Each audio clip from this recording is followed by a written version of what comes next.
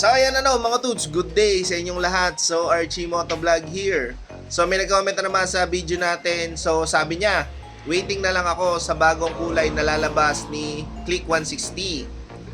So boss, hindi lang bagong kulay ang lalabas, bagong modelo or bagong redesign na Honda Click 160 ang lalabas. No mga tudes, waiting na lang tayo, no? Ako rin, waiting din. Kasi baka naman makakuha na ng bagong scooter.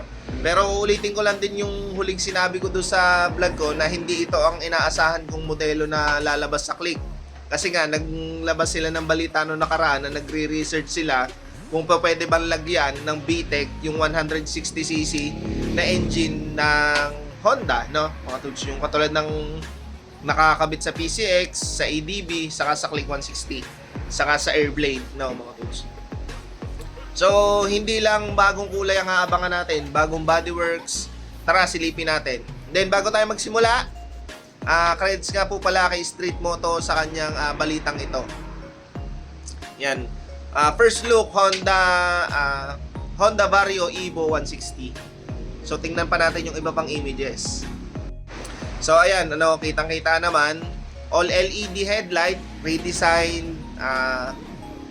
Ayan, sa tingin ko parehas lang yung bubog or yung structure ng headlights na nakakabit sa version 1 saka sa version 2. Ayan, yung version 2, yan ang itsura. Ang inibalaan talaga ay yung itsura or yung dating, yung itsura ng fairings, no?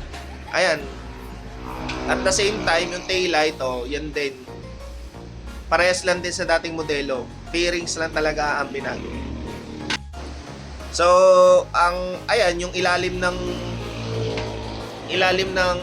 upuan, syempre nandoon pa rin yung gas tank, 5.5 liters fuel tank capacity.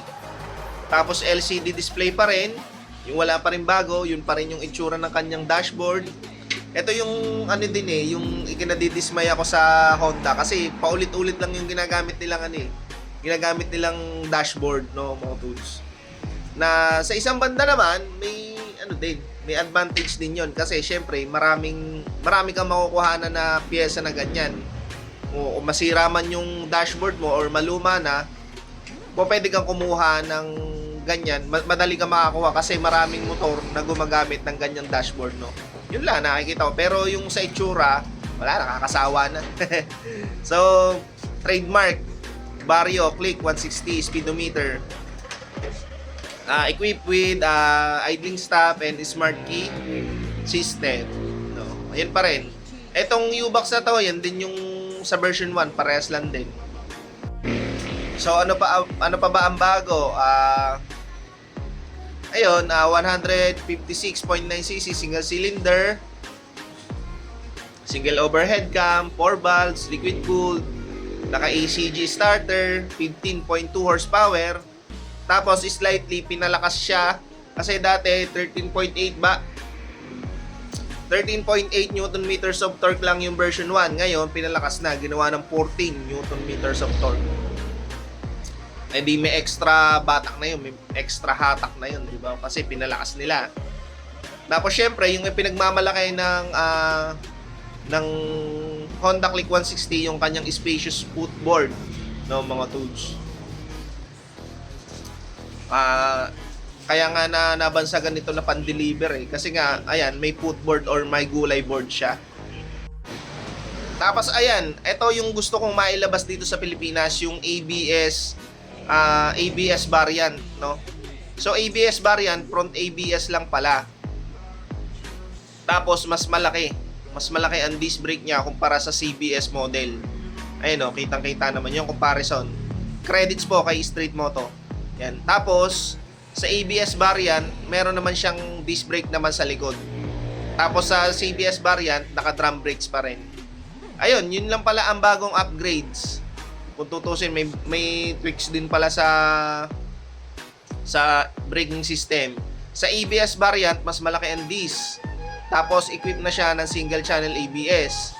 Tapos, ang likod naman, naka-disc brake na.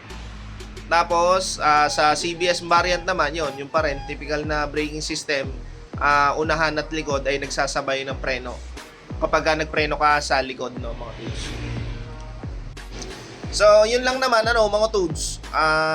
Ano sa tingin nyo? Comment down below, mga Tudes, kung ano yung mga, Pero, maraming nagsasabi na naka-ano pa rin daw, naka single shock pa rin ang likod.